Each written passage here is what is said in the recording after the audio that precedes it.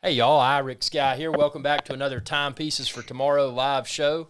And on the wrist today, I've got the Jaeger LeCoultre Master Control 40 millimeter on a stainless bracelet. And in the studio with us today, and I'm going to pop over here so we can, so we can see here. We have, surprise, surprise, surprise. Oh, we got two people. Oh, we got Hybrid Life, and who's the other guy? What's up? I'm Trevor. Trevor. Big fan of your channel, Alex.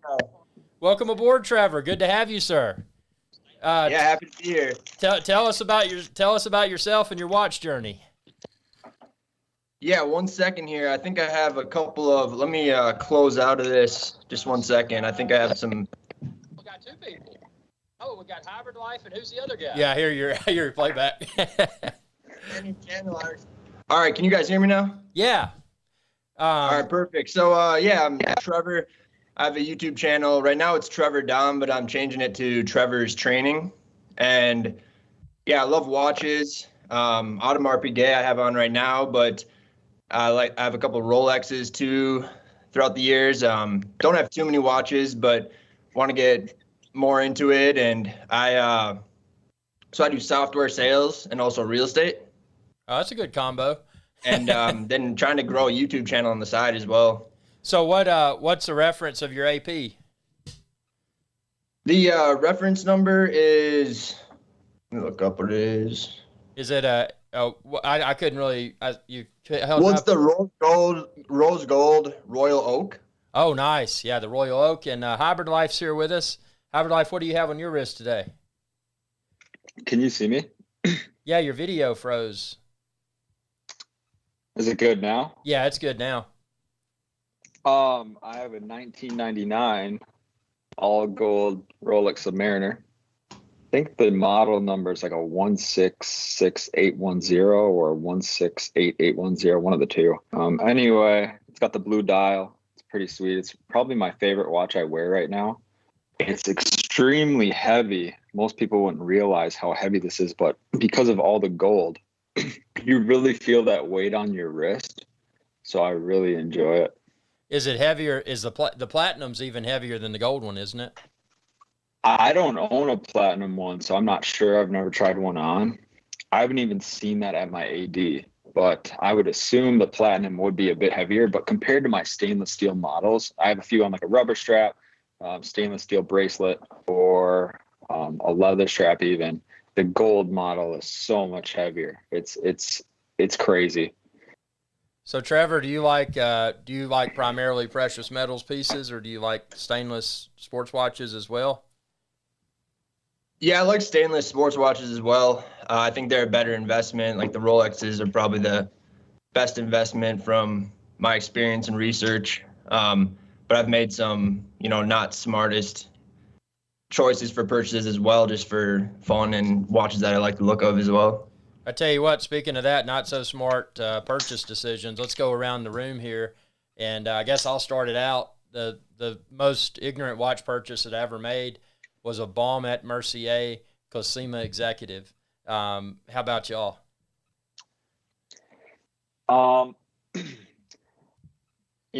As far as value, I'd probably say a Breitling Navitimer, because I bought it, and it probably the second I walked out with it, it went down $3,000-$4,000 in value. And I never wear the thing.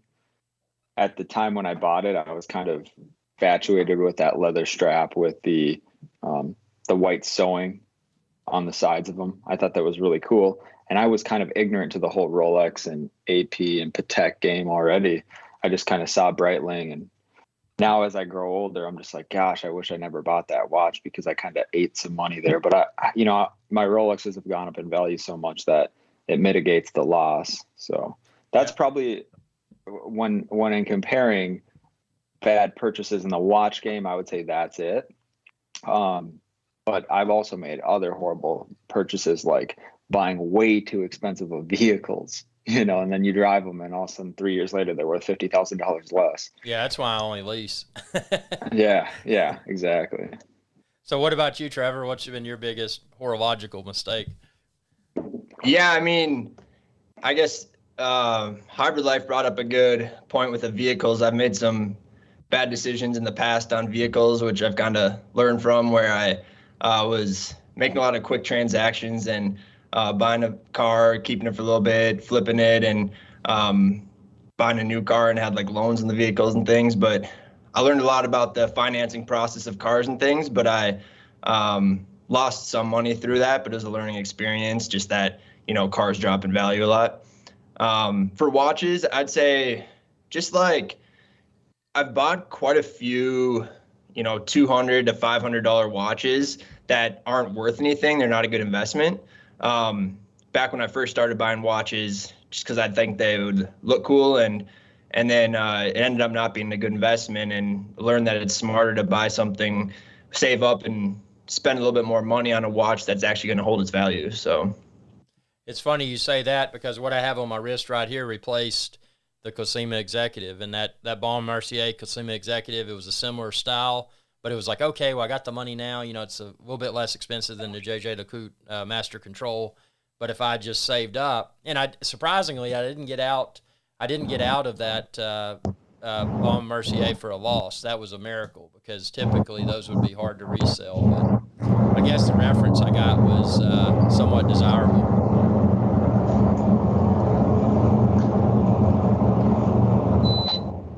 You got a fan in there, man. I know. I just turned it off. Can you?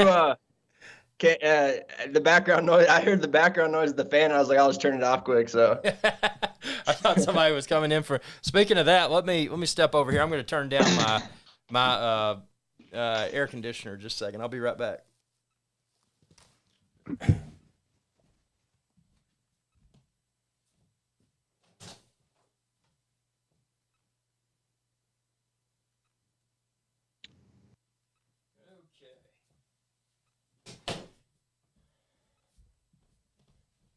Sorry, so Hybrid Life, I was watching the other recent live stream that you had with Arx guy. You were talking about investing in gold, and so are you a pretty big gold investor? Are you talking to me or Hybrid Life? I was talking to Hybrid Life. I know the subject of this live stream is, timepieces and things, but I was just curious, wanted to get a little more insight from Hybrid Life on that, because I found that pretty interesting. What was the question? Sorry. You mentioned a lot about investing in gold. I've invested in gold some myself, but just curious how long you've been investing in gold, and why you like it so much.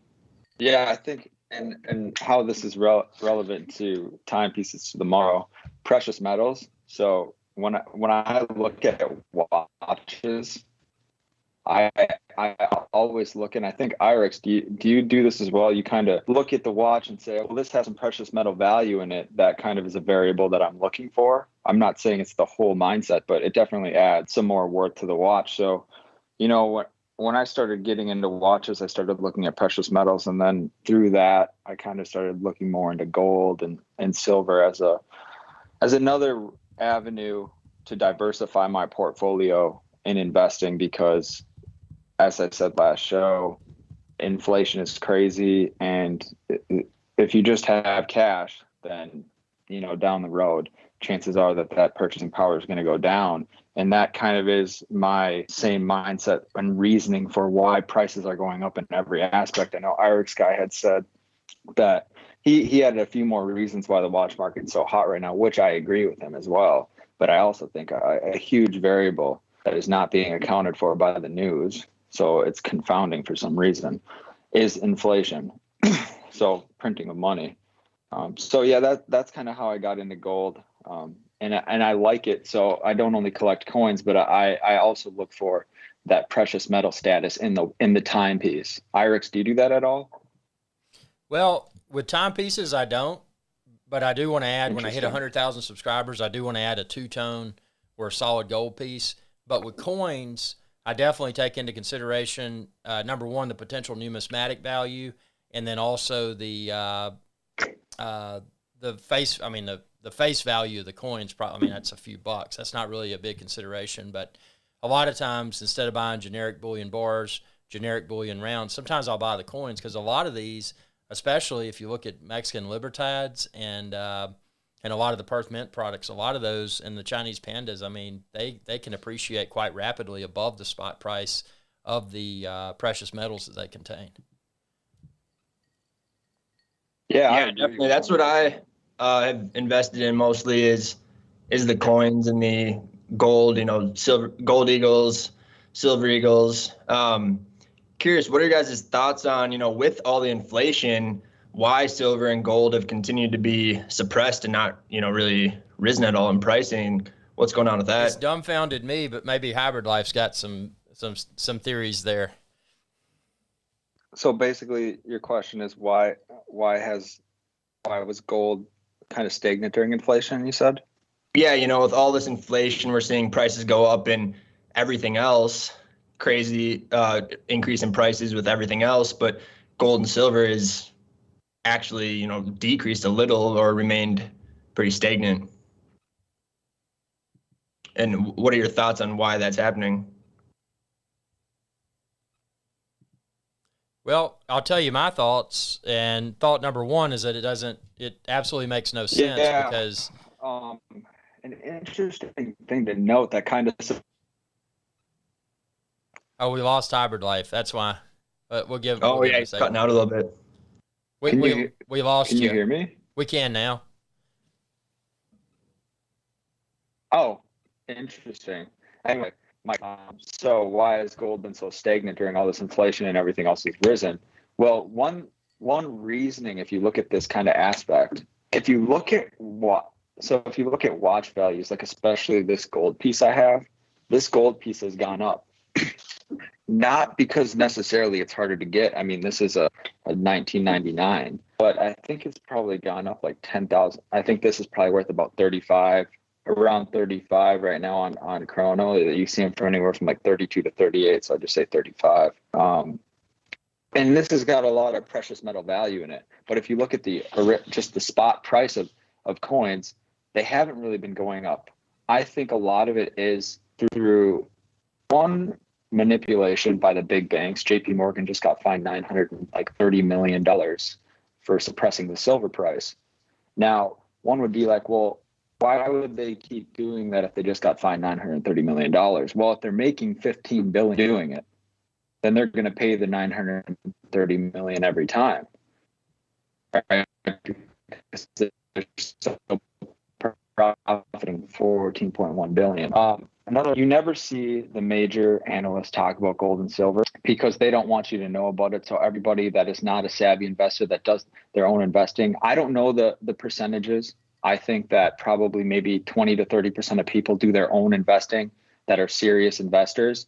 The rest of the people, they have mutual fund people that take care of their investments or 401k, whatever. They have advisors, wealth advisors for them. So they're ignorant to it, and they don't even know they're ignorant.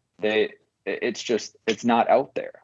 And the way that the news portrays our financial status in the economy doesn't support the gold narrative. I mean, it basically says, why would you buy gold? You're foolish if you buy gold. You hear Warren Buffett say it's a rock, this, that, and the third.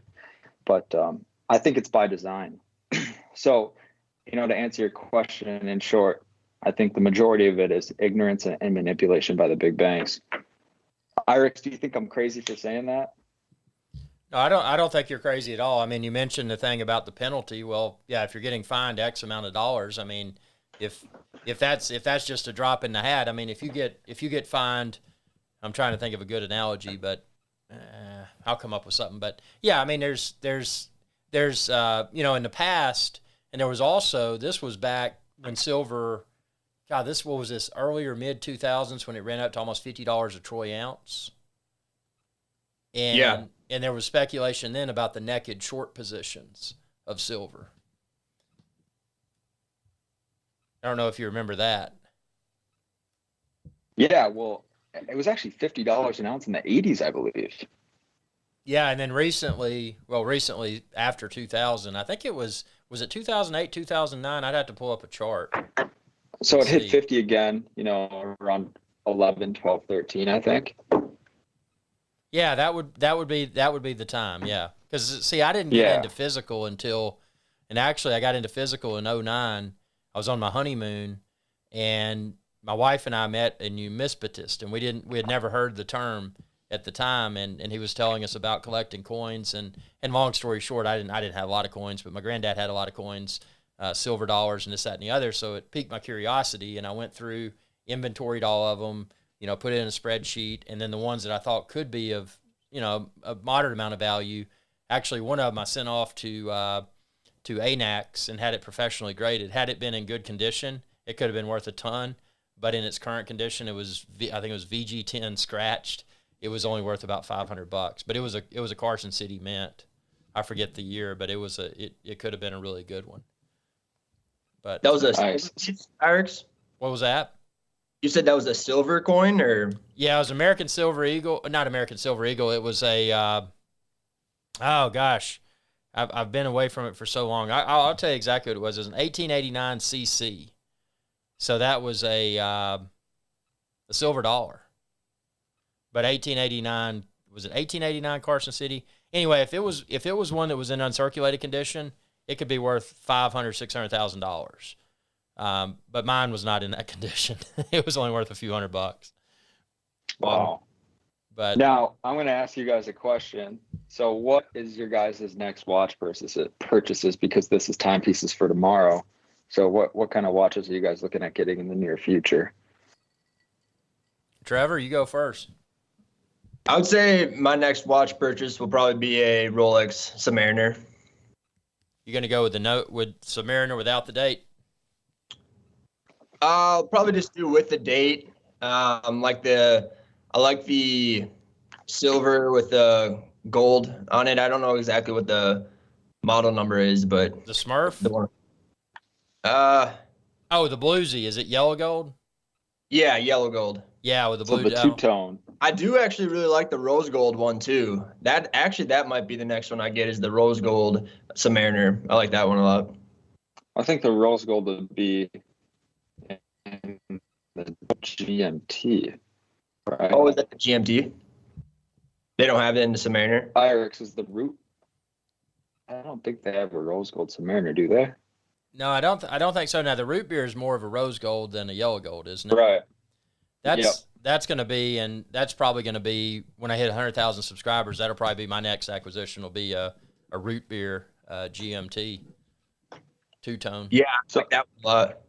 So the GMT looks just like the Submariner. Actually, believe it or not, I went into one of my ADs today, just talking about a watch I'm getting in the future. And Irix, I discussed this with you privately, but the new Starbucks or Kermit. Yeah. Anyway, I'm getting that soon for sure. But I saw in the case a two-tone gold stainless steel with the black dial. I thought it was a sub. So I said, hey, can I see this? Because you don't really even see those in the cases anymore. Well, it was a Sea Dweller, 43 millimeter. And really? They all look so similar. Now that the Sea Dweller, was that? Yeah, that's a. Now that's the one with the very clean dial. It doesn't have the ring lock system. That's the Deep Sea Dweller that has all of that stuff on it, isn't it? The bigger one. The Sea Dweller is still bigger. They enhanced the casing, and it's still got that helium escape valve. And it's got the red hand, right?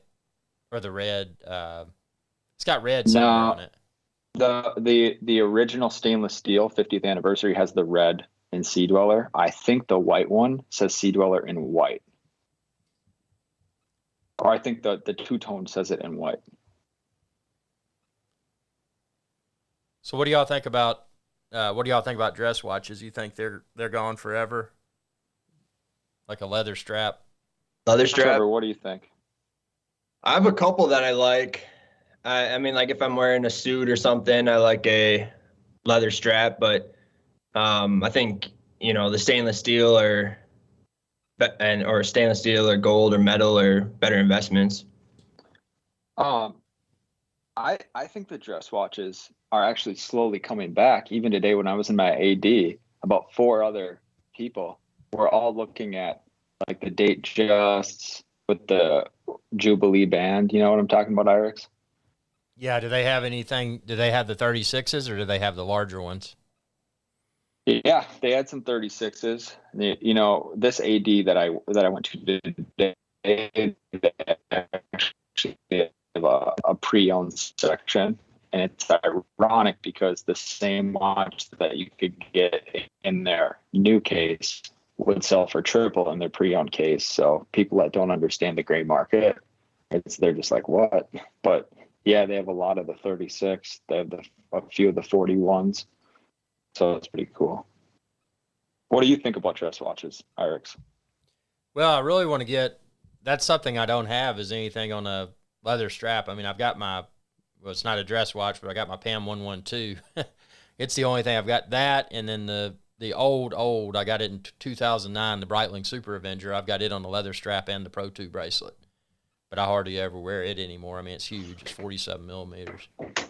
But I do want to pick up, I would like a Vacheron, the Patrimony, just something basic like that on a leather strap. I think that would look really good. Yeah, definitely. I think that would be a great watch. What do you think about rubber straps? Well, when I think of rubber straps, I think of Archie Luxury, and he says, rubber. You know, that's what immediately comes to mind. But I don't know. I like, on the, you know, on my PAM, I wear a rubber strap. On my Omega Seamaster 300M, sometimes I'll take it off. That's one thing I don't like about the 300M. I've got the original Blue Wave dial, pre-coaxial, and the bracelet on it, you know, it doesn't taper. It kind of looks dated, but I put it on a rubber strap, man. I love it. Swim with it.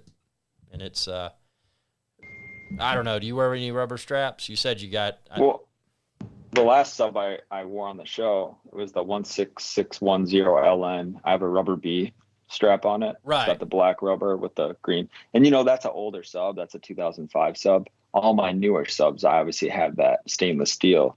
I mean, that you can't beat that bracelet. Don't you agree? Oh, the current bracelet? No, you definitely can. I mean, it's solid end links. You know, before they went to that style with the glide lock, I hated it. I mean, that was they were jingly jangly, and they were just cheap, and they would stretch. Believe it or not, this all gold, it's got that. If you look at the bracelet, it's not really the glide lock, but it's the older style. It's actually solid compared to the 2005 sub stainless steel bracelet. Like, this bracelet is solid. It'll surprise you.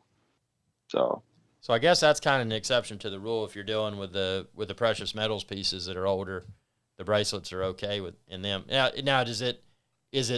are the links on it solid? They're hollow, as you know. Anything pre-ceramic's hollow, but they, compared to the stainless steel, it feels solid. You know, if you grab like a 2000. I think they started the ceramics in 2010, maybe 2011. So pre-ceramic bracelet on a stainless steel almost feels fake. If you didn't know watches, you'd think that was a replica watch, in my opinion. What do you think about the Sky Dweller? I actually love the Sky Dweller.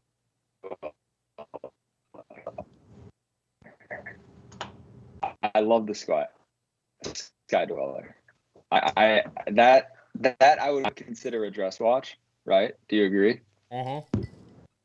Yeah, it's kind of like a complicated. Can you hear me? You can hear me? Yeah, you broke up for just a second, but we can hear you now. Yeah, it was kind of like it's kind of like a complicated date just in a way. I tried one on in Turks and Caicos in Providenciales. I was in the AD there, and of course I wasn't buying anything at the time, but they had all that was before the big shortage, when you could actually go into an AD and they had everything. It was right when the Sky Dweller came out, and they had it.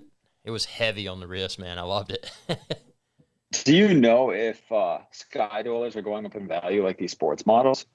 Oh, well, speaking of that, let's hop on over on Chrono 24 right now and check it out. Let's see. I'm going to fire up Chrono 24. We're going to see what we got. Yeah, typing in Sky Dweller as you guys were talking and checking those out. They're cool looking for sure.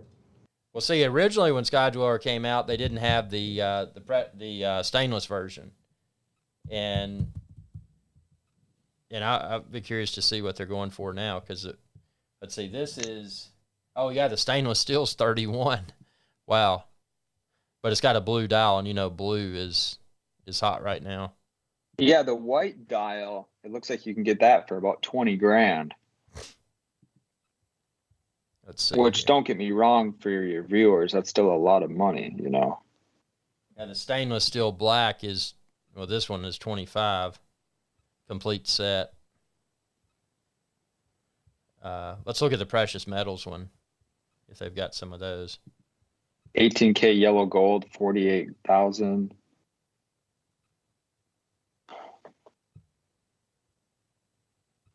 Yeah. You guys can hear me, right? Yeah, we can hear you now.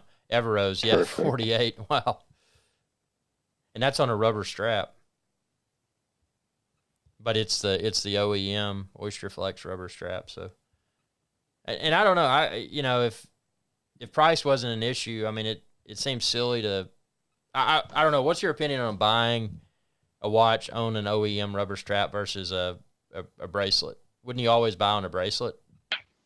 Yeah, I mean, it depends on the price, obviously. So, like, for example, let's just use a basic Rolex Submariner. If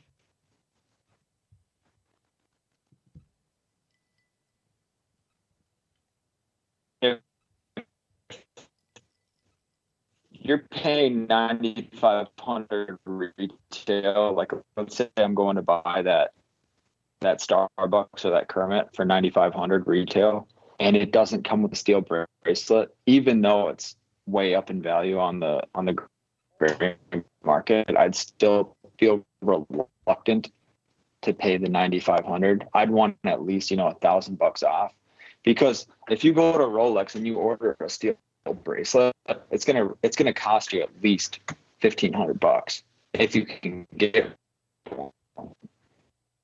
So, and what's a rubber B? I mean, rubber B is specifically for Rolex. If you get that model, I think that's $200, $300.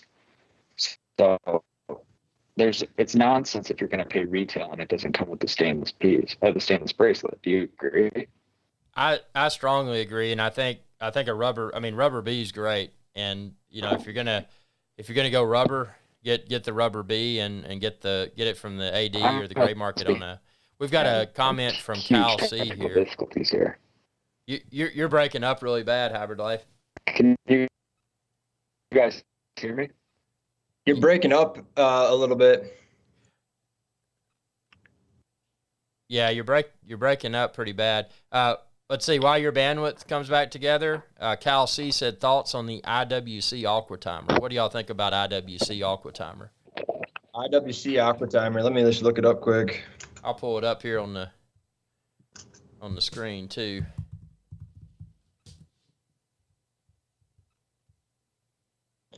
I could see this one, like IWC. Are you thinking, Kyle, leather strap or chain bracelet? I saw one on Google here that has a leather strap that I think looks pretty nice for like a dress watch, but I'd be curious which one you're thinking, which model. Yeah, it looks completely different. The one here is stainless, and then let's see, this is a there's a rubber one, rubber strap. It might be better now. He said new model, all stainless. So do you know the reference number for that, Cal C? The current reference?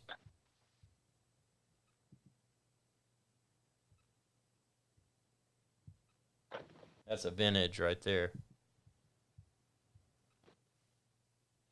IW329002. Let's pull that one up. IW329002. Aha. Okay, so this is the reference he's talking about. Cal C, is this the one you're talking about?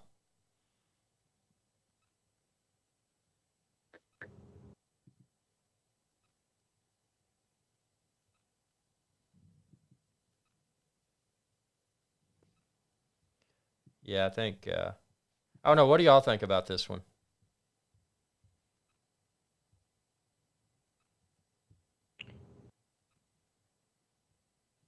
Yeah, I mean, it would go with everything. Could be a good everyday watch. I was trying to think of the brand, like in that price range. There's another brand that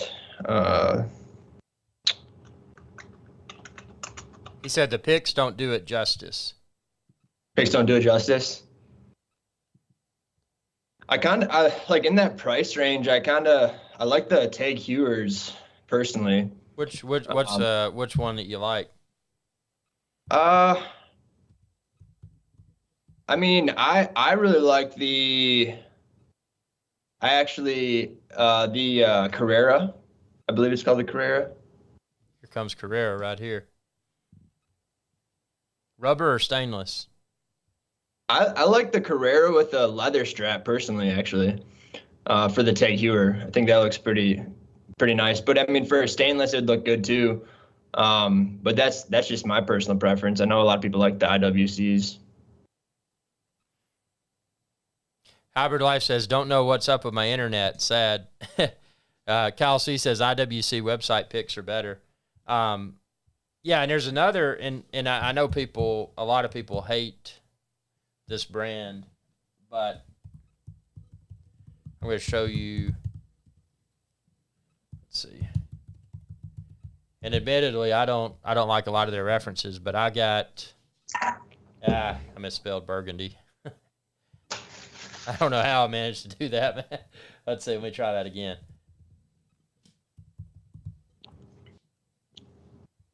Yeah, and they don't even have any references of. So I got really lucky, and I got a Ulysses Nardin Maxi Marine diver with a burgundy dial, and those are coming in around the same price point as what he was looking at the IWC, and it's incredible. Now some of the other ones, they call it the golf ball. They got a white dial. It's got the dimples in it, and it's just kind of those look kind of weird. I don't know how I managed. But it's look at the Skype, man. We're on a what are we on now? On a this has been going on my screen this whole time. I was curious what was going on. What? We're in the woods on a rock wall. How did that come up? And my background doesn't have this. Are you able to change that, Alex? I don't know what's going on. Yeah, no, I seriously didn't do that. I wonder. Let's see. Together mode. Let's see. That's cool. I mean, it's weird because in the beginning it wasn't there. Let's see. Together mode. Oh, speaker view. Here we go. There's speaker view. So if we talk, whomever's talking will show up. Oh, I have it as together mode. Let's try speaker view. All right. Yeah. So this is speaker view. So if Hybrid Life talks, he should show up on the screen. You guys hear me? Yeah, but you didn't show up. You guys hear me? Oh, you showed up now on my end because I have it on speaker view. Yeah, it did. There was a brief delay, and of course I'm not showing up. I've got this weird. I'm using ATEM Mini Pro, so I'm actually coming through from another device. And that's interesting. So, this is kind of question cool. I have for you. Oh. Hybrid, are you gonna say something? I was just curious, Irex, what kind of equipment are you using now for YouTube? What's your go-to stuff? I know you're always switching through new technology. Yeah, so actually it's great you asked that. I need to post an update video and do a studio tour, but I'll go ahead and talk about it. So right here I've got this microphone. This is a Rode pod mic. And it's plugged into a Rodecaster Pro. And then over here, I've got this generic, well, I say generic, it's actually good quality. It's an eYo-Yo. It's a sub $100 monitor, but I've got it out of my left eye. So when I do the screen share, I can see, when I'm sharing the screen, I can, when we're doing Chrono 24, I can navigate that. And likewise, when I was going through Skype. And then all of this is running through an ATEM Mini Pro from Blackmagic Design. So basically, I've got a bunch of cables. I've got a cable cover on the floor so I don't trip over it. But the advantage of doing this is that I can switch among computer desktop share, Skype video. Y'all are obviously in on Skype. I've got the Pro audio through my Rodecaster Pro. Y'all are going through the Rodecaster Pro. So it's a way to do all of this once I learn the system and I don't have to pay a monthly subscription because it cost a few hundred, well, it cost more than a few $100s to get it all set up. But in the long haul, unless things change, I shouldn't incur any sort of subscription fee like I would if I used a lot of other live streaming products out there. Interesting. Okay. So what's the live streaming product called? So the live streaming product that I'm using is, and it's called ATEM Mini Pro. It's a physical box. I'll do a video of it, but it's got a network port on it, and I enter what's called the RTMP code for my YouTube live show. So when I scheduled this show, it gave me an RTM stream URL and then a private stream key. So basically what I do when I start the show, I enter that within this application that came, and I'm running it on my Mac right here. I've got my little MacBook Air. But through that, it connects to the physical box, and I'm able to say, okay, connect to YouTube stream, and I enter the YouTube stream key. So the stream is handled by a piece of hardware. This chroma key, the green screening that I'm doing right now, is being handled by that hardware, the ATEM Mini Pro. And the backdrop, this is a video that I filmed. This is actually it's St. Bart's. I filmed it in St. Bart's in the French West Indies. And the box is doing the live chroma key. And when I switch between like me face on video to y'all, I just hit auto, and what's happening there, it's switching to my computer. So my computer, instead of having two monitors, I've got this one MacBook Air, but because I've got an HDMI cable running out of, it's a USB-C to HDMI, it treats one of those HDMI ports on the ATEM Mini Pro like a monitor. But I'm viewing what it's outputting, so I can see everything in real time that I'm streaming to YouTube with this little bitty cheap eYoYo monitor on my desk. But so in other words, I can see what's going on, but the control to go from y'all, which are on screen share, and also Chrono24 website, or to me face on video, that's controlled by me making a physical button press on the ATEM or making a virtual button press, which I'm doing now on my laptop because I'm using the software that's connected to the ATEM. The ATEM's actually about 10 feet in front of me on my desk. So it's a pretty complicated setup, but after I set it up, I'm like, man, it's like anything else. When we went through this pandemic and we were at home, a lot of us were at home, working at home, this, that, and the other, and it's like, how can I improve my home office? How can I do this, that, and the other? So it was more of like a lot of tinkering, and that tinkering led to, okay, now I can cancel my paid subscription to Wirecast, because every time, that was a streaming software, very good, but it had an annual fee. And every time Mac OS updated, basically the software would brick, so you were forced into upgrading and renewing the support. So I spent, over the course of using Wirecast, I spent hundreds of dollars. Now this box, this ATEM Mini Pro, I forget how much it was, $500-$600, I can't remember, but it's paid for itself, and it's just a really cool. But then you got to have the camera hooked up. So the camera I've got hooked up is a Sony Alpha with a G Master lens. So that's another, nice. What is it, $5,000-$6,000? I mean, but you can do it with a basic camcorder for $400 if you wanted to use something like that. It's whatever uses HDMI. That's the beauty of it. And I can stream my PlayStation 5 through this as well. Wow. So you're still are you able to do all that through the MacBook Air? Huh? Well, yes. So here's the funny part about it, and I need to do a video so you can see how I do that. But on my MacBook Air, I've got a very lightweight application. It's called Blackmagic Design ATEM Software Control.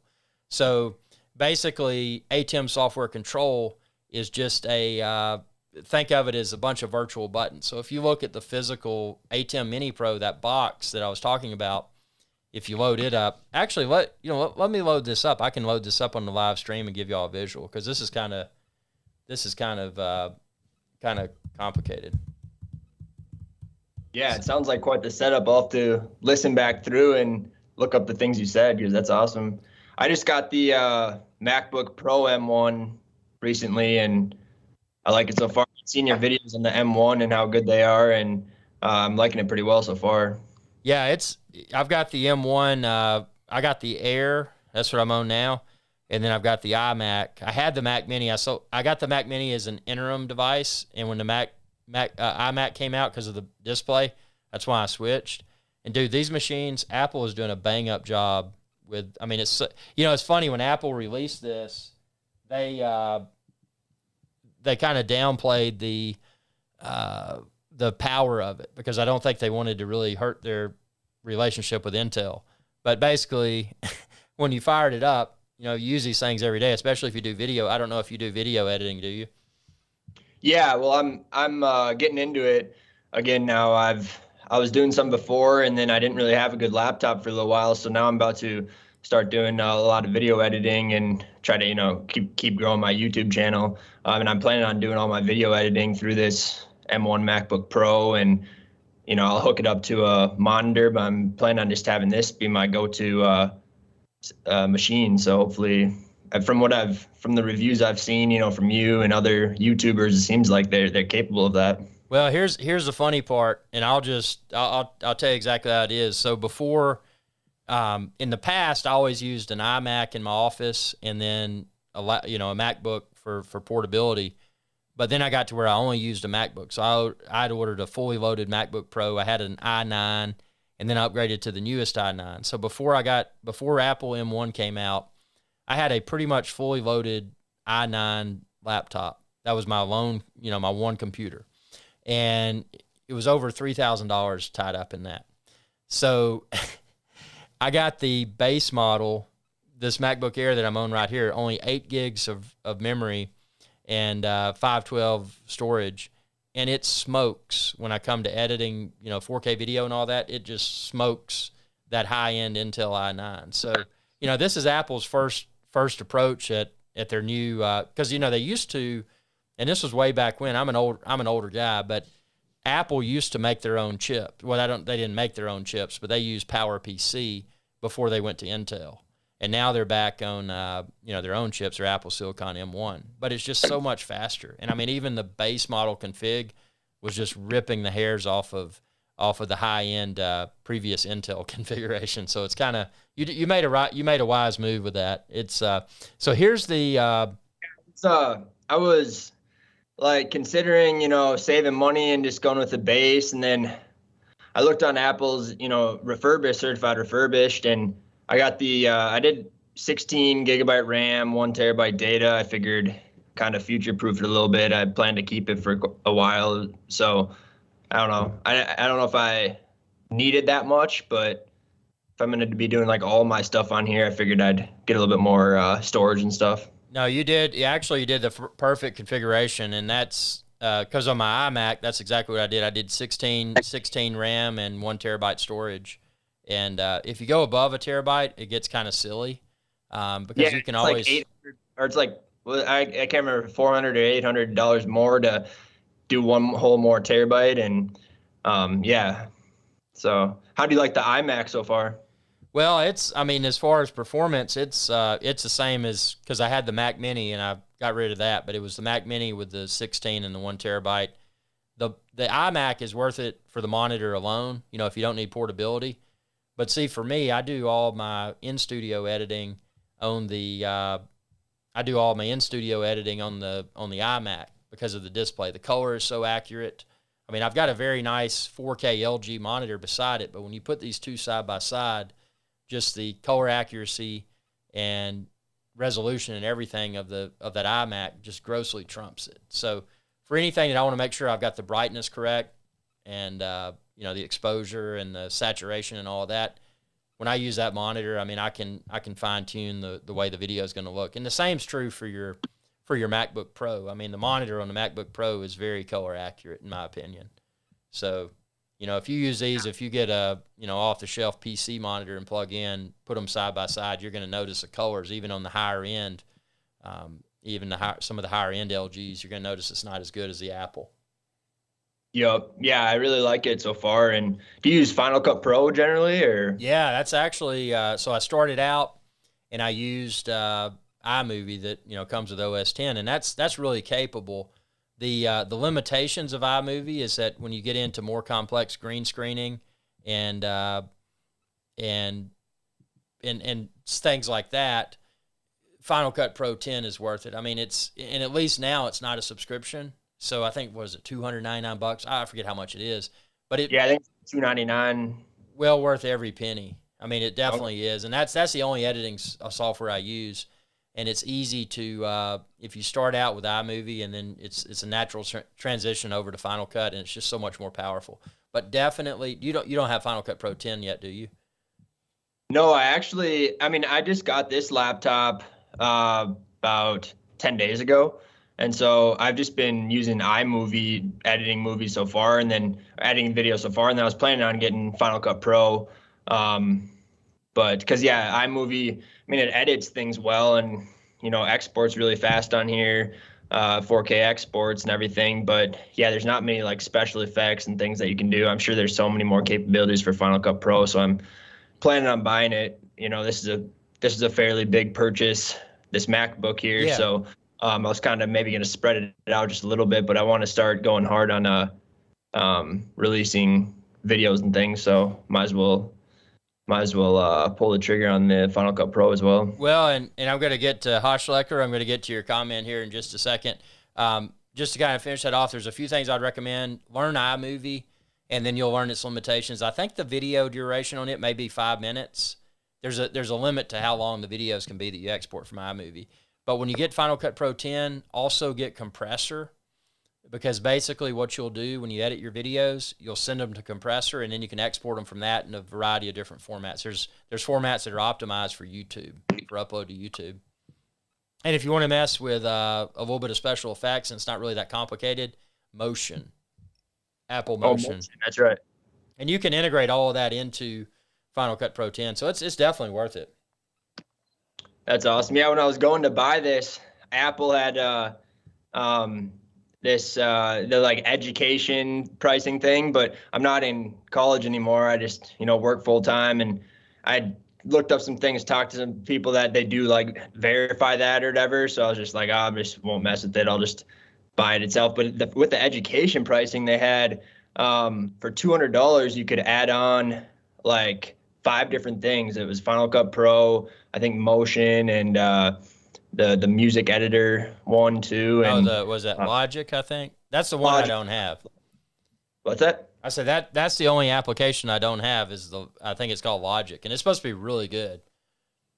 And can you use these applications? Yeah, I've heard that's really good, and I play guitar and things, so I was interested in that too. But when you buy these applications, can you use them on all your Apple devices, or like if you end up getting if I was to get a new laptop, would I have to pay again another $300 for Final Cut Pro, or is it? That's a good question. I don't know if it's tied to your Apple ID or if it's tied to the piece of hardware that you're using to use it. That's really a good question. I'm not sure.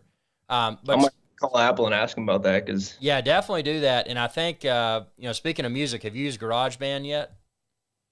No, I haven't. I saw that it's on here already. So is that a pretty good application? Yeah, it's you definitely should check it out. I'm not into the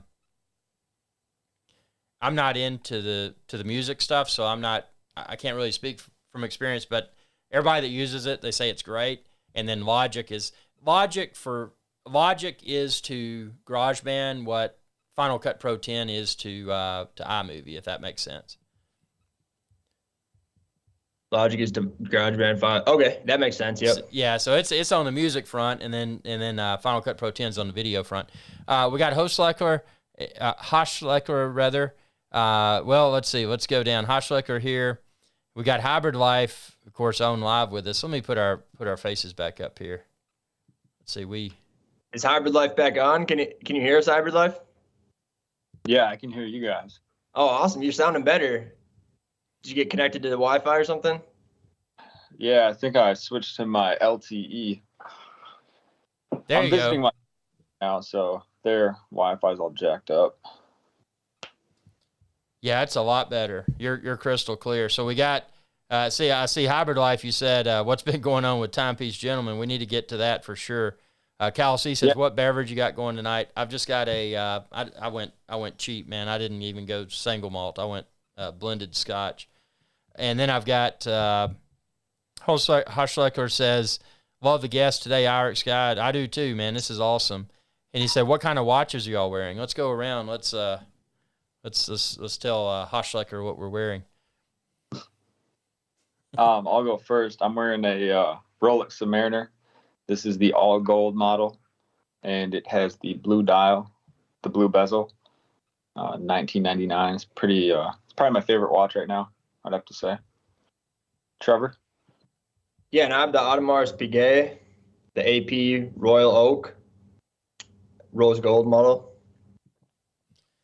And I've got the JJ LeCoultre Master Control in stainless steel on a stainless bracelet. Awesome. What do you think, Irish guy, about the Richard Mille? I know a lot of people like it, and this is probably going to sound really bad, but my honest thoughts, my undiluted thoughts about Richard Mille is that if I was gifted one, I don't even know if I'd want to wear it to the swimming pool, because it's just, I don't know. I've never been a fan of, well, growing up, I always had the Timex Indiglo. I had the that was back when Indigo first came out, by the way. And I had the G-Shock, and then I graduated to the Seiko stainless steel. But I'm not a fan of rubbery looking watches. So, and I know Richard Mille is high horology and this, that, and the other, but I don't like the case shape. I like a circular case. That's just personal preference. That's why I didn't get a Reverso when I got the Master Control, because Reverso is rectangular. So I think it's the case shape that turns me off, and I think it's the fact that it just looks really rubbery and plasticky. But I know it's a high horology piece. I'm not insulting it, but even if I was gifted one, I don't think I could wear it. What do y'all think about it? Yeah, I think they're overpriced. Like if somebody that didn't know watches saw it, they definitely wouldn't think that it's worth, what they are. And I don't know. I like the look of them, but I wouldn't buy one personally. Hybrid Life, you've seen one in the wild. Was it a soccer match? It was actually a basketball tournament. I was wearing my Rolex Hulk. I thought I was, cream of the crop at that place, wearing the nicest watch. And then all of a sudden, this guy comes in with his 6-7-year-old daughter at this basketball tournament, and he's wearing a Richard Mille. And I'm thinking to myself, no way. So I go up to the guy and I said, hey, is that a Richard Mille? And we had conversation. He let me see it and hold it and all that type of stuff, because he was surprised I even know what it was. So, I talked about my Hulk a little bit. I looked at his Richard Mille, and it was a green model. And personally, after seeing it in person, 100% I would buy one. It's a whole nother level of art, movement. It's hard to explain. Pictures do not do it justice. It's similar to some type of tangible goods that when you take a picture of it relative to seeing it in person or using it or feeling it in person, it just does not do it justice. So I think that's kind of what I have to say about it. I think it's a love it or hate it type of thing. But for me, and I'm not someone that's a frivolous spender. I want value with everything I get. I even want more than what I pay. If I pay for something, I want it to provide more value, especially long term. So do I agree with the hike in prices in Richard Mille right now? Probably not. But I do understand why they are so expensive on the retail price. They're incredible watches. So I encourage whoever's watching this right now, and especially you, Ryrix, and Trevor, if you ever get a chance to at least see one in person, take a look at it and check it out, because it might change your mind. And I think we all are very similar thinkers. We're like-minded, at least in some aspects. I think that you guys might like it. That's just kind of where I'm going with that. So. Yeah, I've never seen one in person. I think that could change my mind. I see all the intricacies of them, and I'm sure seeing it in person, you really see the workmanship that went into it more than just looking at a picture of it. But interesting. Yeah, I've never seen one in person either. So, like Trevor, all of my opinions are based upon the photos and the videos. Yeah, I think based upon the photos and videos, it would be hard to appreciate what it is for what the price is. It would be hard. I was in the same boat, and I don't like the whole, popularity thing that's going on with the Richard Milles.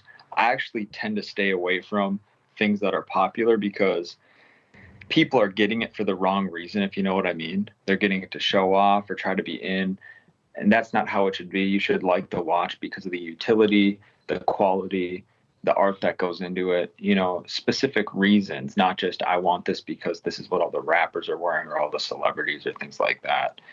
And honestly, if nobody was wearing a Richard Mille and I still saw it and I saw the price tag, I'd be like, wow, this is awesome. So would I buy it for myself?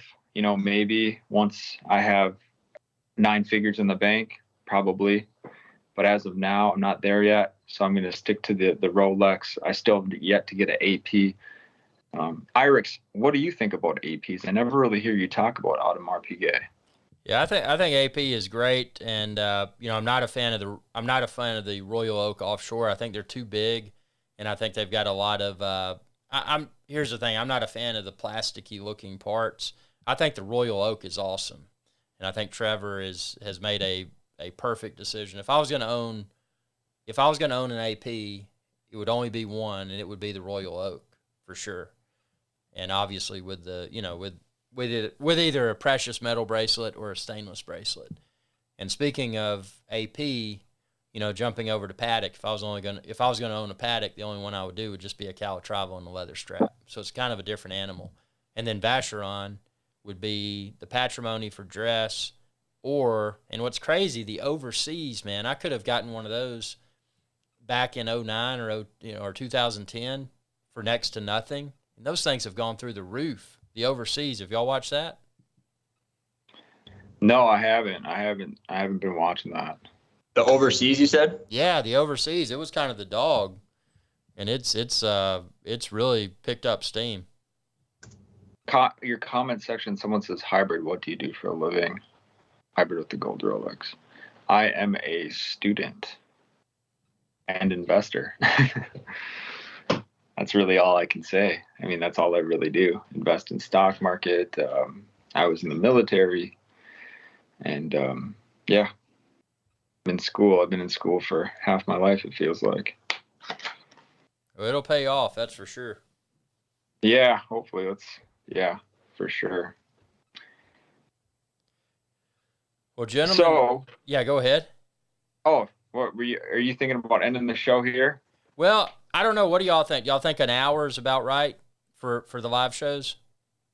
Yeah, I mean, it depends.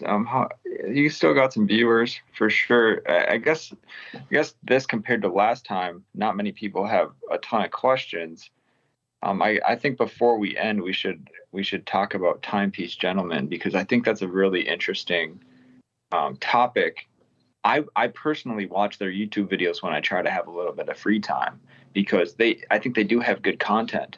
I do think that the managers that run that place are hit or miss in specific situations, but they have such cool watches. Have you been following that at all, Irix?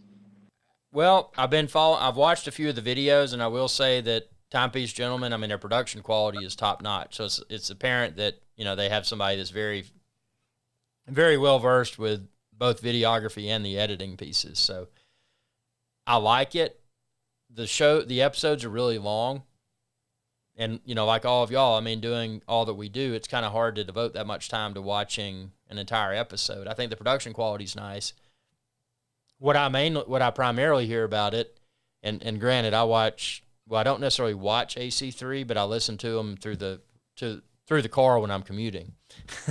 So yeah, for sure. He's all over it, and he has been. Now he's all about, was it Tim and Pugsley, Bobby Google or whatever, those two guys. But I don't know, the Timepiece Gentlemen. I mean, the gist, my summarized statement there would be, I think they had a marketing mistake that went horribly wrong, but did it really go horribly wrong? I mean, they're over 100,000 subscribers now. What do y'all think? Yeah, I mean, I think the controversy was where he was charging $2,000 for this, certain number of people I think it was 1,000 people. So an exclusive number, $8, and they can get wholesale prices off Rolexes. Well, right when he said that, right when I saw that, that's a red flag, because the only person that could get wholesale prices on Rolexes are the ADs, right? Yeah. Oh, without a doubt. So if you know that, you know something's up. So I guess that part of it was kind of a scam, and I think they were taking watches on consignment and not calling the people who initially.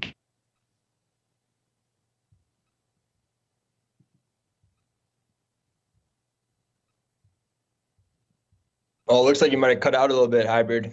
Can you hear me, Alex? Yeah, Trevor, you sound great. You're crystal clear, and I can hear you. I think I think when he switched his phone from portrait to landscape, it started getting flaky again. Yeah, it looked that way. But yeah, I've never actually watched the Timepiece Gentlemen, so I'll plan to check out some of their videos as well. And yeah, I mean, if Hybrid is losing service right now, I have a couple things I need to do here after 8 Central tonight myself, so I might be dropping off soon. I think it's been about an hour, and I really appreciate you having me on this live show tonight. I hope to join some future shows and stay in touch. It's great meeting you today. Oh, Trevor, pleasure having you on. Thanks for joining. And speaking of that, do you have any other people in the real world or in your online community that are into watches that might want to join for upcoming live shows, or do you? Possibly, yeah. I'll talk to a few of them and let them know that I joined your show tonight, and see if they're interested in joining future shows. Yeah, that's a good idea. That'd be awesome. I really appreciate it. And Hybrid Life just sent a message. He said, "Phone died, gentlemen. I'll catch you on another live show. Stay tuned for more live shows soon." Yeah, well, we'll wrap it up, and yeah, definitely. We'll. Do you have my email address, or I mean, you can message me on YouTube or Facebook, facebook.com/IREX guy. And okay, which would be better? Which would you prefer? Message you? Either one. Yeah, either one. Or it's, my email is irexguy@gmail.com. That's my direct email. And perfect. Yeah, I'll send you an email, and you'll see it come from my Gmail account. And yeah, right now my YouTube channel says Trevor Dom, but I changed it to Trevor's Training. I'm planning on doing like training videos for both fitness and also business, sales, finance, things like that. So I think it should be good content. Planning on getting it ramped up and being more consistent with it, so. Shoot me, email me a link to your channel, because I need to go ahead and subscribe to it. And when we have some upcoming live shows, I'm going to try to get this to where it's more scheduled. I want to get a somewhat predictable schedule for these live streams. Maybe one at least once a week. I think that would be cool if I can get to that, to that point. But like you and everybody else, I mean, we're busy, and I mean, an hour is a lot of time. No, yeah. I mean, I love this. It's awesome talking with people. I'm always doing stuff, so it's fun talking about this stuff and having it on your channel and live streaming too. That's good for me. I mean, you have obviously way more subscribers than I have, so it could be beneficial for me too. So I really appreciate you having me.